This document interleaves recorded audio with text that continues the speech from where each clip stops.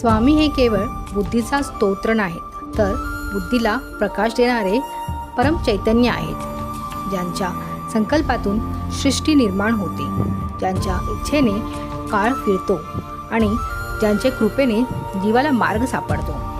ते स्वामी कोणत्याही तर्काच्या चौकटीत मावणारे नाहीत. मानवी बुद्धी ही मर्यादित असते. ती फक्त दिसणाऱ्या गोष्टीचा विचार करू शकते. परंतु स्वामींच्या लीला या दृश्य, अदृश्य, ज्ञात, अज्ञात आणि काळाच्या पलीकडील असतात. कधी एका शब्दाने ते आयुष्य बदलून टाकतात, कधी एका संकेताने संकट दूर करतात, तर कधी न बोलताही भक्तांच्या अंतःकरणातील वेदना जाणून घेतात. स्वामींच्या प्रत्येक कृतीमागे एक दिव्य रहस्य दडलेले असते.